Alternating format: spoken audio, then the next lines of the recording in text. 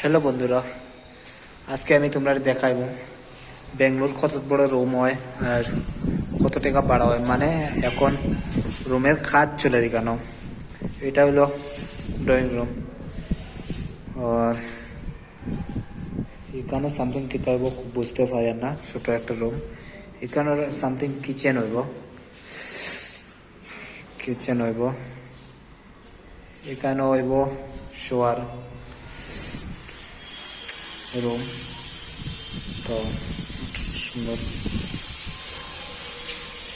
এখানে বাথরুম তো সুন্দর সুন্দর। এরপরে অত সুন্দর এখানে একটা নাইস প্লেস। এখানে দেখো আর একটা রুম আছে, কত সুন্দর। তারপরে এখানে আর একটা রুম আছে। এই রুমের ভাড়া মোটামুটি করে না হইলে 35,000 টাকা মতন হইব। 2 BHK রুম 35 নিচে হইতো না রুম ভাড়া।